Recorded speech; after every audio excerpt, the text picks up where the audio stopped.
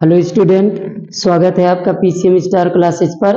आज की वीडियो में हम आपको प्रथम कोटि की अभिक्रिया के लिए समाकलित वेग समीकरण बताएंगे। इससे पिछले वीडियो में हमने आपको शून्य कोटि की अभिक्रिया के लिए समाकलित वेग समीकरण समझाया था। अब इस वीडियो में आइए हम आपको प्रथम कोटि की अभिक्रिया के लिए समाकलित वेग समीकरण समझाते हैं। ये प्रश्न क्लास 12th में रसायन विज्ञान में अक्सर पूछा जाता बोर्ड एग्जाम में, या तो शून्य कोटि की अभिक्रिया के लिए और या तो प्रथम कोटि की अभिक्रिया के लिए समाकलित वेग समीकरण ज्ञात करने को पूछा जाता है, और इनसे रिलेटेड आंकिक प्रश्न भी पूछे जाते हैं। ओके, तो आइए इस वीडियो में हम आपको समझाते हैं प्रथम कोटि की अभिक्रियाएं क्या हैं और प्रथम कोटि की अभिक्रियाओं के लिए समाकलित वेग समीकरण किस प्रकार प्राप्त करेंगे। ओके, तो सबसे पहले चर्चा करते हैं हम प्रथम कोटि की अभिक्रिया। ओके, तो आप जानते हैं लास्ट वीडियो, इससे पिछला जो वीडियो था उसमें हमने आपको समझाया था अभिक्रिया की कोटि क्या है। तो अभिकारक अणुओं की वह संख्या जिनकी सांद्रता अभिक्रिया के फलस्वरूप परिवर्तित होती है अभिक्रिया की कोटि कहलाती है। ओके, अब यहाँ प्रथम कोटि की अभिक्रियाएं क्या है। प्रथम कोटि की अभिक्रियाएं, प्रथम कोटि की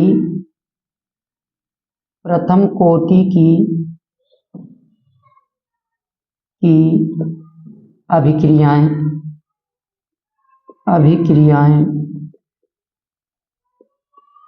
ये प्रश्न ऐसे पूछा जाता है कि प्रथम कोटि की अभिक्रियाओं से आप क्या समझते हैं और इनके लिए समाकलित वेग समीकरण ज्ञात कीजिए। तो सबसे पहले प्रथम कोटि की अभिक्रियाएं, वे रासायनिक अभिक्रियाएं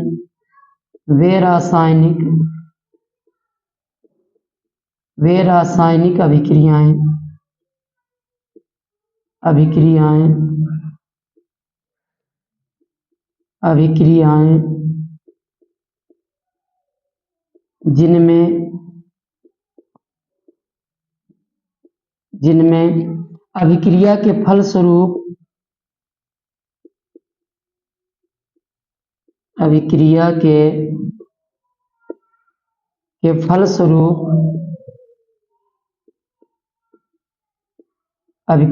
फलस्वरूप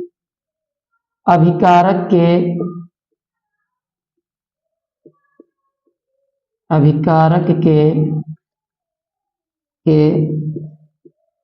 केवल एक अणु की सांद्रता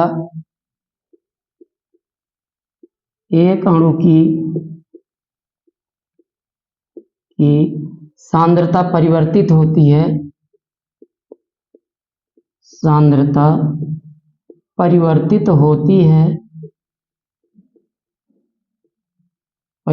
होती है,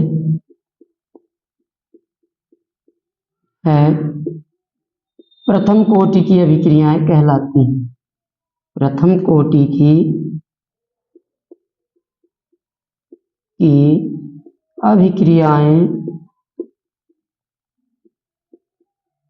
अभिक्रियाएं कहलाती हैं। इस प्रकार से पहले हम क्या लिखेंगे, परिभाषा लिखेंगे, कहलाती हैं।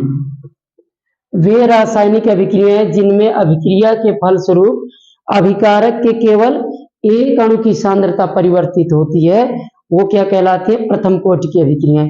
ये प्रश्न जब पूछा जाएगा तो सीधे नहीं पूछा जाएगा, इस प्रकार पूछा जाएगा प्रथम कोटि की अभिक्रियाएं क्या हैं, इनके उदाहरण दीजिए और इनके लिए समाकलित वेग समीकरण प्राप्त कीजिए। तो प्रथम कोटि की अभिक्रियाएं, वे रासायनिक अभिक्रियाएं जिनमें अभिक्रिया के फलस्वरूप अभिकारक के केवल एक अणु की सांद्रता में परिवर्तन होता है, क्या कहलाती हैं, प्रथम कोटि की अभिक्रियाएं कहलाती है। ओके, अब इसके एग्जाम्पल समझ लीजिए।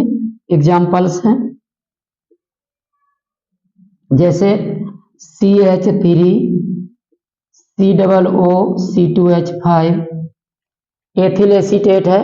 एथिल एसीटेट का जब जल अपघटन कराते हैं, जल से क्रिया कराते हैं, यहाँ बनता है, देखिए एथिल एसीटेट का जब हम जल अपघटन कराएंगे तो प्राप्त होगा इसमें CH3, ध्यान दीजिएगा बहुत इंपॉर्टेंट है, एथिल अल्कोहल प्राप्त होता है। ये अल्कोहल बनाने की विधि है। CH3COO और यहाँ से एक H इसमें आ जाता है तो एसिटिक अम्ल और प्लस C2H5OH बनेगा। यहाँ क्या प्राप्त होगा? एथिल अल्कोहल प्राप्त होता है। ये क्या है? एथिल एसीटेट है। Ethyl acetate, acetate. जब एथिल एसीटेट का जल अपघटन कराते हैं तो क्या बनता है? एसिटिक अम्ल। यहाँ से ये जो एथिल समूह है ये H परमाणु द्वारा विस्थापित हो जाता है तो बन जाता है एसिटिक अम्ल। और क्या प्राप्त होगा? यहाँ से C2H5O और यहाँ से एक H तो क्या बनेगा? Ethyl alcohol. एसिटिक अम्ल, एसिटिक अम्ल। और यहाँ ये क्या प्राप्त होता है? Ethyl, ethyl alcohol, ethyl alcohol. तो ये जो अभिक्रिया है ये प्रथम कोटि की अभिक्रिया है, क्योंकि जब अभिक्रिया होती है तो अभिक्रिया के फलस्वरूप H2O की सांद्रता में कोई परिवर्तन नहीं होता है। जल की सांद्रता में कोई परिवर्तन नहीं होता है, केवल एथिल एसीटेट की सांद्रता में परिवर्तन होता है। तो अभिक्रिया की कोटि क्या है? अभिकारक अणुओं की वह संख्या जिनकी सांद्रता में अभिक्रिया के फलस्वरूप परिवर्तन होता है। तो यहाँ देखिए अभिकारक दो हैं, एक एथिल एसीटेट है और दूसरा जल है, लेकिन जल की सांद्रता में कोई परिवर्तन नहीं होता, केवल एथिल एसीटेट की सांद्रता परिवर्तित होती है, इसलिए प्रथम कोटि की अभिक्रिया है। और इसकी अगर आणविकता पूछी जाए तो आणविकता इस अभिक्रिया की 2 है। आणविकता का मतलब क्या है? किसी अभिक्रिया में भाग लेने वाले अभिकारक अणुओं की कुल संख्या को क्या कहते हैं? आणविकता कहते हैं। तो ये अभिक्रिया प्रथम कोटि की है और आणविकता क्या है? 2 है। ओके, इसी प्रकार नेक्स्ट एग्जांपल है CH3COO। CH3 ये क्या? मेथिल एसीटेट है और इसका अगर हम जल अपघटन कराएंगे तो सेम उसी प्रकार यहाँ बनेगा, एसिटिक अम्ल बनता है और यहाँ मेथिल अल्कोहल प्राप्त होता है। क्या प्राप्त होता है? Methyl alcohol. ये क्या है? Methyl acetate, methyl, methyl acetate, acetate, methyl acetate. तो जब मेथिल एसीटेट का जल अपघटन कराते हैं तो एसिटिक अम्ल बनता है और मेथिल अल्कोहल प्राप्त होता है। इस अभिक्रिया में भी H2O की सांद्रता में कोई परिवर्तन नहीं होता है, इसलिए भी कौन सी है? प्रथम कोटि की अभिक्रिया। ओके, नेक्स्ट एग्जांपल है C12H22O11 यानी C12H22O11। ये क्या है? सुक्रोस, सुक्रोस गन्ने की शक्कर, सुक्रोस। और जब हम सुक्रोस का जल अपघटन कराते हैं, सुक्रोस का जल अपघटन कराते हैं तो प्राप्त होता है एक अणु ग्लूकोज प्राप्त होता है और एक अणु फ्रक्टोज प्राप्त होता है। ग्लूकोज व फ्रक्टोज दोनों के जो सूत्र होते हैं अणुसूत्र समान होते हैं। इस तरह से ये फ्रक्टोज है, फ्रक्टोज। ओके, तो सुक्रोज का जब हम जल अपघटन कराते हैं तो एक अणु ग्लूकोज प्राप्त होता है और एक अणु फ्रक्टोज प्राप्त होता है। ये भी प्रथम कोटि की ही अभिक्रिया है, क्योंकि जल की सांद्रता में यहाँ भी कोई परिवर्तन नहीं होता है। अभिक्रिया के फलस्वरूप केवल सुक्रोज की सांद्रता परिवर्तित होती है। इस प्रकार से ये तीनों अभिक्रियाएं हैं जो प्रथम कोटि की अभिक्रियाएं हैं और तीनों अभिक्रियाओं की आणविकता क्या है? 2 है। आणविकता पूछी जाए तो इनकी 2 है और कोटि क्या है? 1 है। इस प्रकार से ये रही बात प्रथम कोटि की अभिक्रियाओं की परिभाषा और उनके एग्जाम्पल। अब हम चलते हैं प्रथम कोटि की अभिक्रियाओं के लिए समाकलित वेग समीकरण प्राप्त करेंगे। तो आइए इसको हटाते हैं।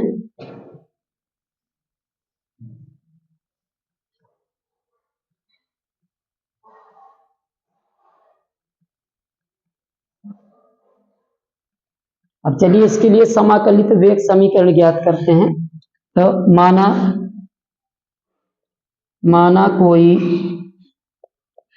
माना कोई प्रथम कोटि की अभिक्रिया, प्रथम कोटि की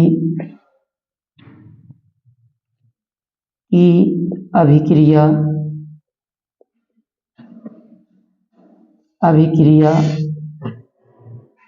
निम्न प्रकार है, निम्न प्रकार है।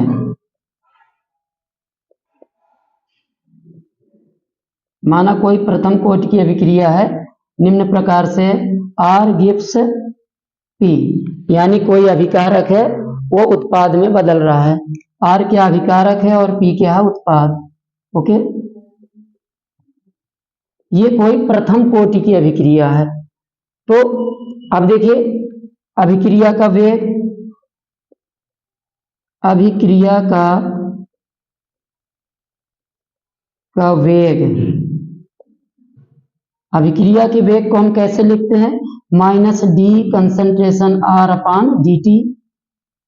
पिछले वीडियो में हमने समझाया था कि अभिकारक के सापेक्ष अभिक्रिया का वेग क्या होता है, -d कंसंट्रेशन R अपान dt, और अगर उत्पाद के सापेक्ष तो क्या रहेगा, +d कंसंट्रेशन P अपान dt। ओके, क्योंकि जैसे जैसे अभिक्रिया प्रारंभ हो जाती है, जैसे जैसे समय व्यतीत होता है तो अभिकारक की सांद्रता लगातार घटती है और उत्पाद की सांद्रता लगातार बढ़ती है। ओके, तो अभिकारक के सापेक्ष अभिक्रिया का वेग क्या होता है, -d कंसंट्रेशन R, कंसंट्रेशन यानी सांद्रता, R की सांद्रता, और अपान dt।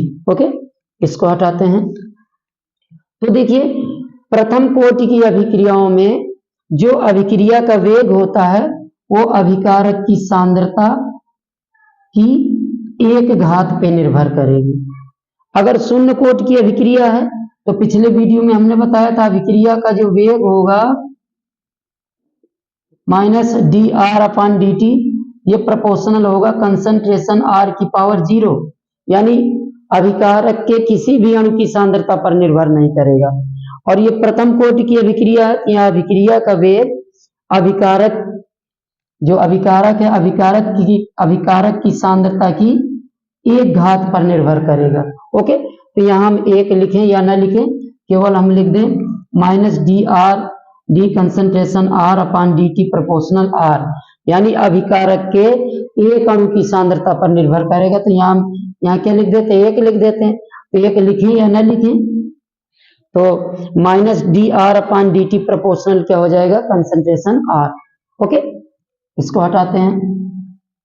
अब देखिएगा -d कंसंट्रेशन R अपान dt, अब जब प्रोपोर्शनल हटाएंगे तो यहाँ कांस्टेंट जोड़ देंगे, के कांस्टेंट लगा देंगे और कंसंट्रेशन R।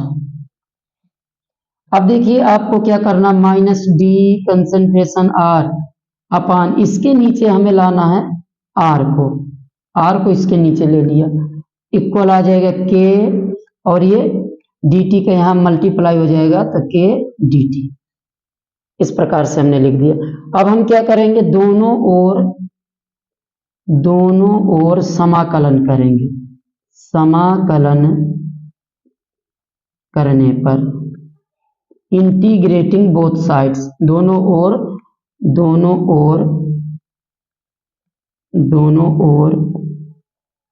समाकलन करने पर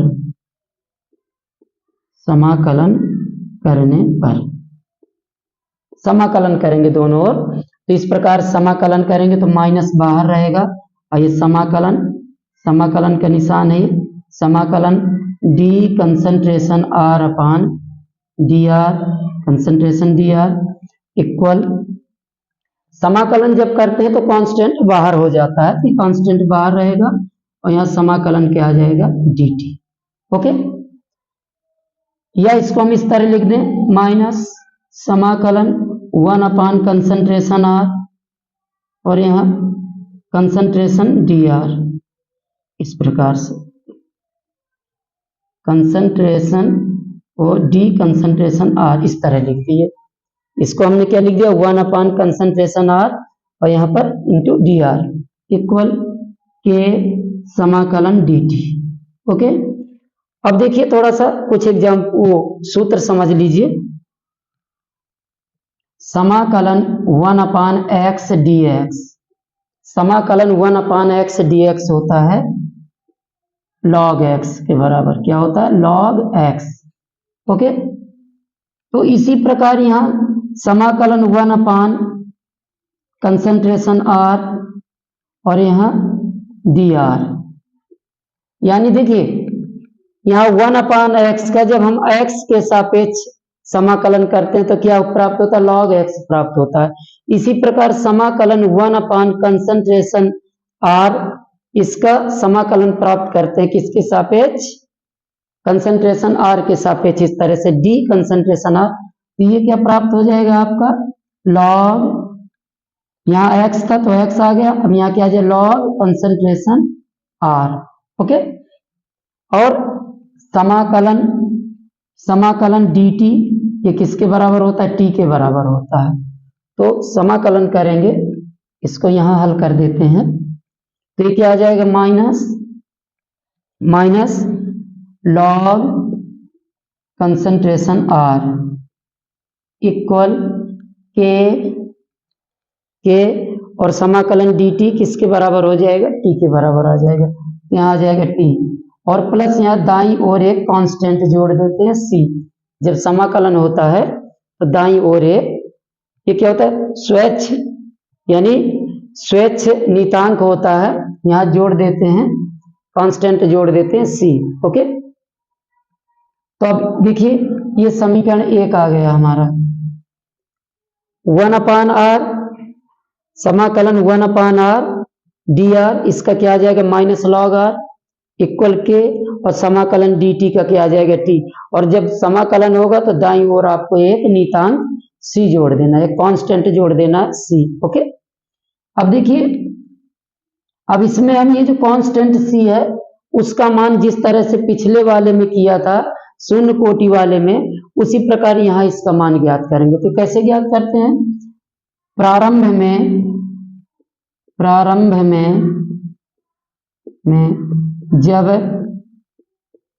t इक्वल 0 तो कंसंट्रेशन r इक्वल क्या लेते हैं, r0 के बराबर, यानी जब क्रिया प्रारंभ नहीं हुई है उस समय t इक्वल क्या है, 0 है, तो उस समय ये जो शेष सांद्रता है, कंसंट्रेशन r क्या कहलाती है, शेष सांद्रता, तो शेष सांद्रता प्रारंभिक सांद्रता के बराबर होती है। ओके, इसमें पुट कर देंगे समीकरण 1 से, समीकरण 1 में हम t इक्वल 0 और कंसंट्रेशन r की जगह क्या रखेंगे, कंसंट्रेशन r0 रख देते हैं, ये आ जाएगा minus log concentration r0 equal के, और यहाँ क्या हो जाएगा 0 प्लस c। ओके, तो यह आ जाएगा log concentration r0 equal to c। यहाँ से c की वैल्यू फाइंड हो जाती है, c की वैल्यू फाइंड कर लिया हमने, अब c की वैल्यू को हम इक्वेशन फर्स्ट में फिर से पुट करेंगे। ओके, तो समीकरण 1 में c का मान रखने पर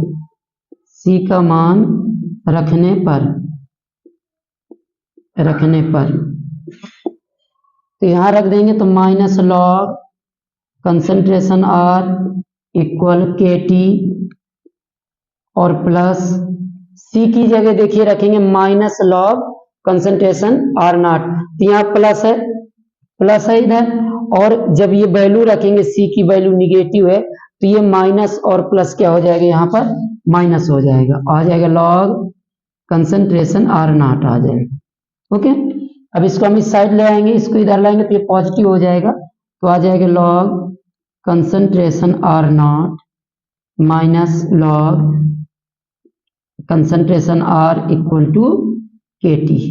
ओके, अब यहाँ एक फार्मूला और आपको ध्यान रखना है, log m/n, इसका फार्मूला होता है log m minus log n, log m/n का होता है log m minus log n, तो यानी अगर log m minus log n है उसको हम लिख सकते हैं log m/n। ओके, तो ये log m minus log n, तो इसको हम क्या लिख देंगे, log m यानी r0 अपान क्या आ जाएगा, कंसंट्रेशन r इक्वल आ जाएगा के टी, ये आ जाएगा। अब देखिए यहाँ पर जो log है, ये जो log है, तो log का जो आधार है e होता है, log R naught upon R. यहाँ जो लॉग का आधार है वो क्या होता है, ई होता है, ई छिपा रहता है इधर पर। ओके, यहाँ जो लॉग का आधार है वो इधर क्या रहता है, ई रहता है। अगर नहीं कुछ नहीं लिखा है तो वहां आधार क्या माना जाएगा, ई माना जाएगा। यहाँ जो लॉग का आधार है कि क्या रहता है, ई रहता है। यहाँ पर आप लिख सकते हैं ई। ओके, ई लिख सकते हैं इस तरह से। लॉग का जो आधार है वो क्या रहता है, ई। इसको और हम अच्छे से लिख देते हैं, ये आ जाएगा log concentration R naught upon concentration R. Okay, और लॉग का आधार क्या होता है, ई होता है, तो इक्वल आ जाएगा के टी। अब अगर हमें इस लॉग का जो आधार ई है उसको आधार 10 में चेंज करना होता है तो इसमें हमें 2.303 से गुणा कराना पड़ता है। तो इसमें हम क्या करेंगे, यहाँ आ जाएगा 2.303, तो अब आ जाएगा ये log concentration R naught upon concentration R, और इसका जो आधार होगा 10 में बदल जाएगा, क्योंकि जो आंकिक प्रश्न लगाते हैं, आंकिक गणनाएं की जाती हैं वो log 10 पे की जाती हैं। यहाँ जो log का आधार ई था उसको हमने किस में बदल दिया, आधार 10 में। तो क्या करना पड़ेगा, 2.303 से मल्टीप्लाई करना पड़ेगा। ओके, ध्यान रखिएगा, तो इक्वल आ जाएगा के टी। तो इस प्रकार अब हम यहां से के क्या है, वेग स्थिरांक है, तो यही के का मान निकालेंगे। तो के इक्वल क्या आ जाएगा, इसको हटा देते हैं, अब इसकी कोई जरूरत नहीं है, इसको हटा देते हैं यहां से।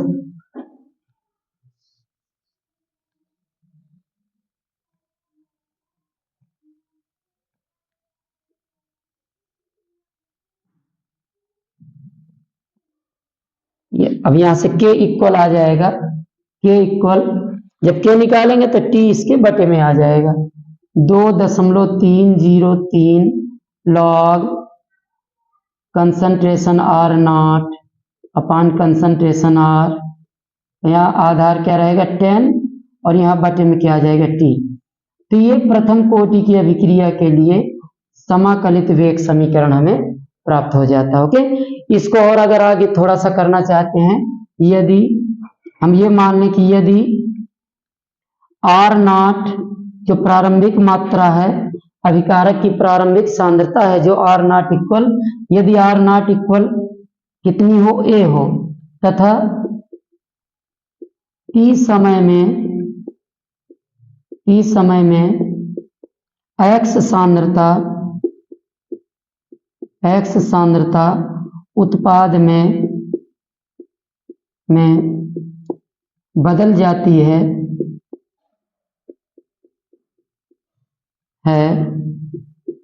तो शेष सांद्रता